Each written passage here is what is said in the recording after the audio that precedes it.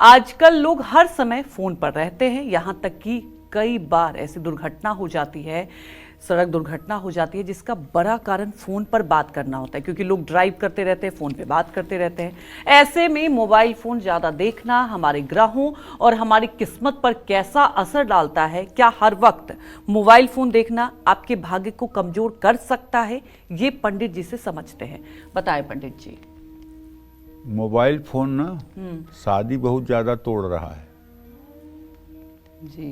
रिश्तों पर पत्नी चाहती है कि पति के मोबाइल में कोई पासवर्ड न हो और मैं देख सकूं कि इनके पास किसके व्हाट्सएप आते हैं और किससे किससे ये चैट करते हैं। पति चाहता है कि पत्नी का मोबाइल मैं देख सकूं कि ये किससे किससे बात करती है, किस तरह की बातें होती हैं। और बहुत सी ऐसी घटनाएं हैं कि मोबाइल में रिकॉर्डिंग मिल गई है जिसके कारण विवाह की स्थिति तलाक तक पहुंच गई है। कुछ पत्नियां तो ऐसी हैं जो किसी समय वीडियो फोन पति को कर देती हैं। कहाँ हैं आप, दिखाइए लोकेशन, किसके साथ हैं, दिखाइए लोकेशन। ठीक है, अब वो असहज हो जाता है, मतलब बहुत दुखी हो जाते हैं लोग। तो मोबाइल जासूसी भी कर रहा है, मोबाइल जासूसी भी कर रहा है जी। तो मैं अपने दर्शकों से कम अपने दर्शकों से तो कह सकता हूं ना कि अगर आप मुझे मानते हो तो आप मोबाइल में पासवर्ड लगाओ, मैं मना नहीं करूंगा, लेकिन अपने पत्नी को पासवर्ड बता कर रखो। और यदि आप पत्नी हैं तो आप अपने पति को पासवर्ड बता के रखो। जब दोनों के शरीर में कुछ छिपा हुआ नहीं है तो दोनों के जीवन में कोई छिपाव दुराव नहीं होना चाहिए। तुम्हारा मोबाइल वो जैसे चाहे देख लें और उनका मोबाइल तुम जैसे चाहे वो देख लो, इसमें किसी तरह का छिपाव दुराव नहीं होना चाहिए। अगर इसमें छिपाव दुराव है, पति पत्नी से कुछ छिपा रही है, पति पत्नी से कुछ छिपा रहा है, तो ये बड़ा भागवतिक दोष है। इसका दंड आपको ऊपर से भी मिलेगा। क्योंकि विवाह के समय जब लड़की 7 वचन कहती है, लड़का 5 वचन कहता है, तो 5 वचन में लड़के के एक वचन ये भी है, तव चित्तम मम चित्तम वाचा वाच्यम न लोपयेत। मेरा चित्त तुम्हारा चित्त एक समान हो और हम वाणी और कर्म से किसी प्रकार का कोई छिपाव और दुराव न करें। इन दोनों बातों पर पति पत्नी की सहमति होती है और पत्नी कहती है न सेवनीया पर किए जाया।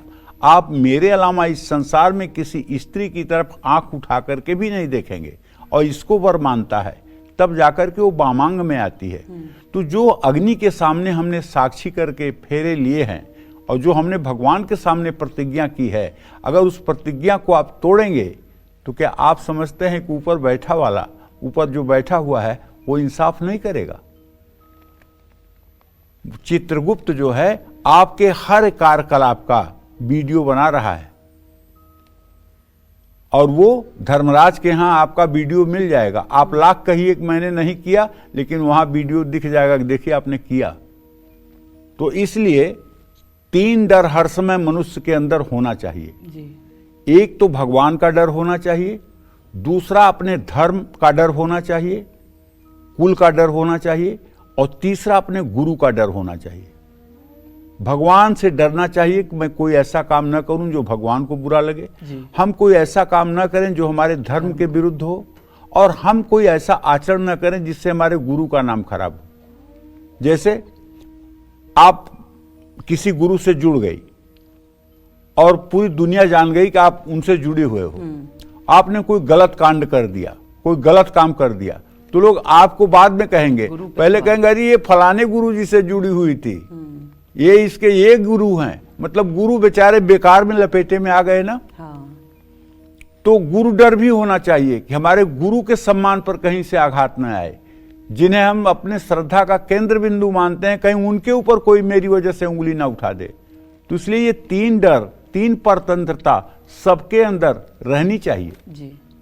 जो लोग स्वतंत्र होकर जीवन जीना चाहते हैं, परम स्वतंत्र सिर पर कोई आवई चहई करो जो मन जोई, तो फिर कई परत्र दुख पावई, सिर धुन पछताई, काल ही कर्म ही ईश्वर ही मिथ्या दोष लगाए। गलती अपने करेंगे, सट्टा अपने खेलेंगे, जुआ अपने खेलेंगे, कर्जा मतलब कि डेबिट का क्रेडिट कार्ड पर अपने लेंगे, और जब कल फंसेंगे तो कहेंगे किस्मत नहीं साथ दे रही है, भाग्य नहीं साथ दे रही है, स्टार नहीं काम कर रहे हैं। तब किस्मत को दोष देंगे, भगवान को दोष देंगे, ईश्वर को दोष देंगे, अपने करनी को नहीं दोष देंगे। जो बुरा कर्म किए हैं उसको दोष नहीं देंगे कि मैं मतलब कि विषयासक्त होकर के गलत काम करके अपनी जिंदगी खराब किया। तो कहने का मतलब यह है कि मोबाइल फोन पर हर समय वीडियो कॉल्स, चैट करने वालों पर राहु और शनि ग्रह का बुरा प्रभाव पड़ता है। ऐसे में ये लोग अपनी जिम्मेदारियों को पूरा नहीं कर पाते हैं। राहु इनके जीवन में अचानक हानि का कारण बन जाता है। ऐसे लोगों की बोली कड़वी हो जाती है, संयम और धैर्य कम हो जाता है।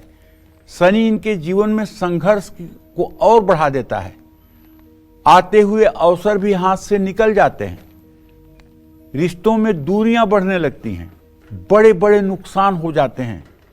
मैं सबसे हाथ जोड़ता हूं मेरे दर्शकों, अगर आप इतना समय देकर के कालचक्र को देखते हैं तो कालचक्र जीवन जीने की एक कला सिखाता है। हम किसी प्रकार के अंधविश्वास में और किसी से नफरत करने में विश्वास नहीं रखते। हम किसी से नफरत करने में या किसी से द्वेष करने में या किसी से मतलब कि बुरा मानने में विश्वास नहीं करते हैं। लेकिन हम स्वतः को सुधारें, हम अपने को सुधारें। हमारा सुधार ही विश्व का सुधार है। अगर माता पिता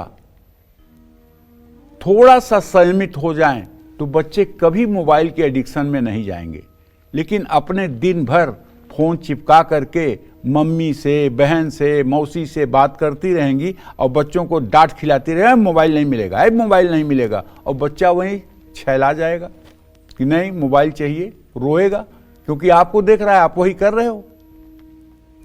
अरे सप्ताह में एक बार माँ से बात कर लो, 15 दिन में एक बार बात कर लो। हर समय ये बताना क्या है, मेरी सास खांस रही है, मेरा ससुर मुआ अभी आया है, अभी चाय बनाने जा रही हूं, मम्मी फोन रख दो।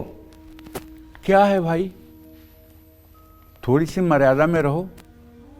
जय मां विंध्यवासिनी।